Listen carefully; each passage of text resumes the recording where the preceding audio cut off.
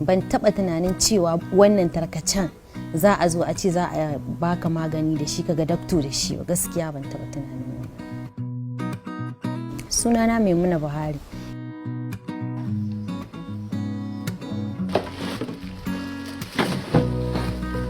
Gaskiya idan ya tayar mun ba na jin daɗi. Hawan jini da ulcer nake fama da shi.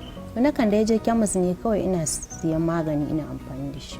Ni kawai nake cewa dai a ban magani. Rasuwar mai gida na fara da ciwo ne a cikin cikin shi, appendix.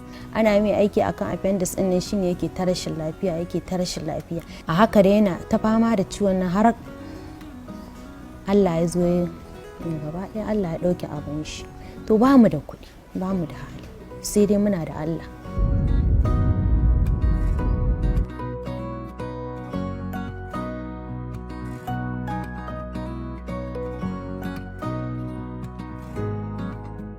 Yawan ni sani na da sosokiya ba, na je gidan biki ne, to ni dama ina tsinta ina ijiyewa da ko kuma da yara in suka tara sukan kai mu masu alewa, sai naga wannan kawan nawa tana tsinta tana tara, sai na ce mata ke ko me kike yi da shi, saboda ni ma na san ana siya. Sai ta ce kai shi wannan sosokiya din idan ka tara tarkace sukan zo har gida su auna nauyin tarkacenka, na su maka rijista da su ka fara zuwa asibiti kana ganin likita.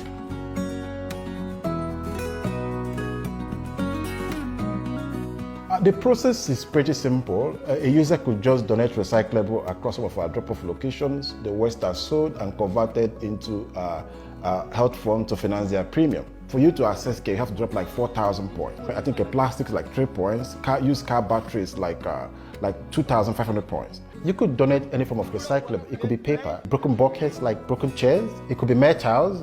When you collect papers, we have an off-taker in Lagos who buys a large quantity. These are used in tissue production.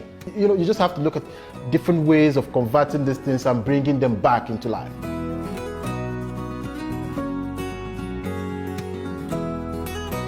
Gaskiya ina zuwa bayan sati biyu nake zuwa ina ganin doctor saboda hawan jinin nawa da ulcer. Gaskiya ban san da wannan tsarin ba a lokacin.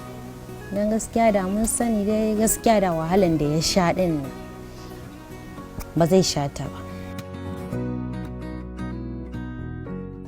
To ina son dai in mu yaran rijista. Ina dai yanzu ni dai na yi nawa yanzu tarkacin da nake tarawa na yara na ne.